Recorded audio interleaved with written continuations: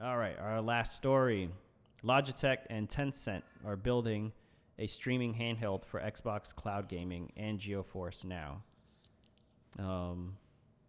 So the device doesn't have to be super powerful because it's just cloud gaming. So as long as it has a good display, they could focus on that, a good battery, and some sort of an internet connection, right? Yeah, I mean, hardware doesn't have to be powerful. As long far as you as have a good internet connection, you can. The cloud gaming part of it, yeah, I mean, having a decent screen is nice. But the cloud gaming really depends on the internet connection. Yeah. And that's the big thing. So as long as it has like the proper antennas for Wi-Fi. Mm-hmm. Yeah, they would have to have like the best. That's where their money should go. Yeah. For the hardware, it should be first the display. Second is the battery, because if you have a really good display, it's gonna drain your battery. Yeah. And then the latest in like Wi-Fi and LTE if it's gonna have like or 5G if it's gonna have a mobile option, So it seems like it should be pretty simple to make. You get a good Wi-Fi chip, the latest one, and you get a 5G antenna in there. Yeah. Really good screen, really big battery. If that's what they're going for, if they're going for something that is, you can take out onto the street and use like a SIM card from whatever mobile carrier. Right. Then yeah, that would be cool. But even if it's just Wi-Fi only, as long as they get the connection good, of course that's also going to depend on your ISP's speed. Right. As far where as you are relative to the router. As far as what plan you have. But cloud gaming to me is a little meh. Yeah, it's not. We're not there yet. I would agree. We're not. It's not to the level where you can like hop online and play, a Call of Duty or something like that. Yeah, there's still input lag, no matter, especially in games where you really need it to work. Like first person shooters, you need not to have input lag. Fighting games, you need to not have input lag. Things like that. Or I was gonna say Guitar Hero. Yeah, who plays that anymore? What is that? No, but yeah, there were certain games that, like, as far as like on Game Pass, for example, I play some of the cloud games on there, and the only ones that I seem to go back to are like platformers. Like recently I was playing Gears of War 4 on Game Pass cloud streaming, and it was just laggy as hell. And I have a really good internet connection. I was playing on, gigabit Wi-Fi speed, even though it's not really gigabit through the Wi-Fi. Yeah. But it's never gigabit. Yeah. But even with that really good connection, there's no other devices running the Wi-Fi in the house, and just turning the character to where you're trying to aim at a certain enemy. It was just a delay, like a 1 second delay in every input, and it was just annoying. It makes me not, I'm not very hopeful for the cloud gaming thing. Yeah, it's probably a bit early for that. It's kind of like how they came out with like an all digital PS5. Like I feel like they're trying to rush towards like cloud and gaming and all digital. It's like just slow down. We're not quite there yet. Yeah, physical only, baby. That's what happened to Dreamcast. Remember? Yeah. They were like way ahead of their time, and then they went out of business for it. It's like ahead of your time could be a good thing, but it could also be. I still remember seeing Dreamcast systems on sale at Toys R Us for $50. That's how bad Dreamcast fell off. Yeah, no games. You could play online on the Dreamcast, and nobody knew what online was.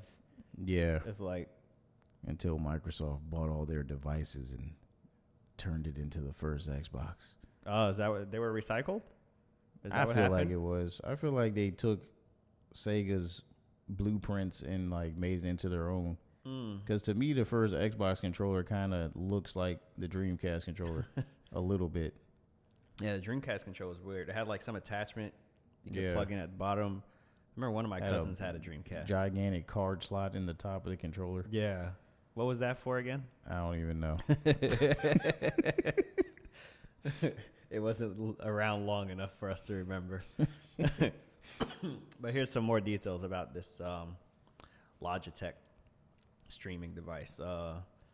Teaming up with major games investment firm Tencent Games, which I believe is a Chinese company, Tencent. Yeah. You heard about them? Yeah, they hold a lot of game studios. They're one of the big major publishers that holds a big stake in a lot of the game studios that are out there. Okay. Yeah. I heard they were trying to be like one of the biggest shareholders in what was it? It was like Activision or Ubisoft or something like that. I forgot. The article kept coming up. I almost added it to this show. That was definitely Ubisoft. It was Ubisoft. So they're raising their they want to raise their stake in Ubisoft, like as far as they want to be the largest shareholder. Yeah. Yeah.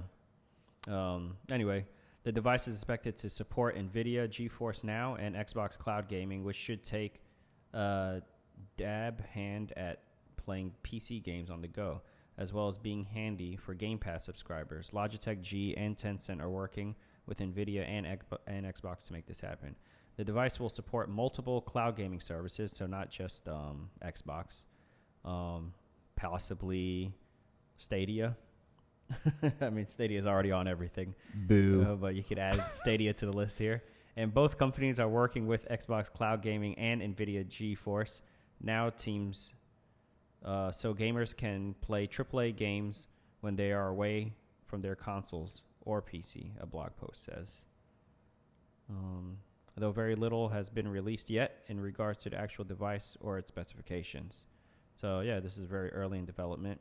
Also, side note, this website really wants me to buy a Razer Blade 14. Look at this. Razer Blade.